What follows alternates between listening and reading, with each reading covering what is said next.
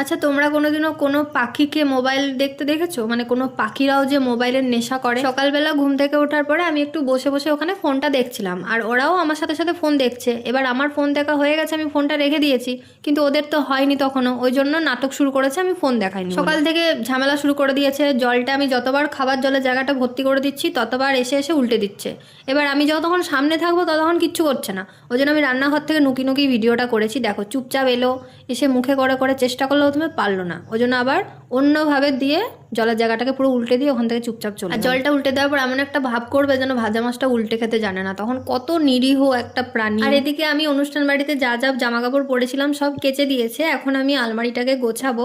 আলমারি যতক্ষণ না গোছানো হচ্ছে আমার একদম মানে ভালো লাগে না, তাই আমার সময় একটু বেশি লাগে, কিন্তু আমি খুব সুন্দর করে আলমারিটাকে গোছাই। কিন্তু আমি কমপ্লিট করতে পারিনি, কারণ সব জামা এখনো শুকায়নি, বাকিগুলো শুকিয়ে গেলে আমি পরে আবার গুছিয়ে নেবো। তারপর আমি চলে গেছি খাবার খেতে। আজকে তরকারির পরিমাণটা একটু বেশি, কারণ অনেক লোকজন খাবে। আর আজকে হয়েছে এক কড়াই পুরো শুক্তো, আলু পোস্ত, ডাল, শাক ভাজা, চাটনি, আর এদিকে হচ্ছে মাছের ঝাল। এদিকে আমার বান্ধবী আমার জন্য পাঠিয়েছে বার্থডে গিফট। বার্থডে আমার চলে গেছে মার্চ মাসে, কিন্তু ও এটা আমাকে দিতে পারেনি কিছু কারণের জন্য। ও নিজের হাতে একটা ফটো ফ্রেম বানিয়ে দিয়েছে, যেই ছবিগুলো আমি ওকে বের করিয়ে দিয়েছিলাম, মনে আছে দেখিয়েছিলাম, ওই ছবিগুলোই ও আমাকে বানিয়ে দিয়েছে। আমি ভাবছি এই ড্রেসিং টেবিলের ওপরে এই ফটো ফ্রেমটাকে রাখবো। পুরোটা দেখা যাচ্ছে না, কিন্তু এখন আমাকে এখানেই রাখতে হবে, কিছু করার নেই।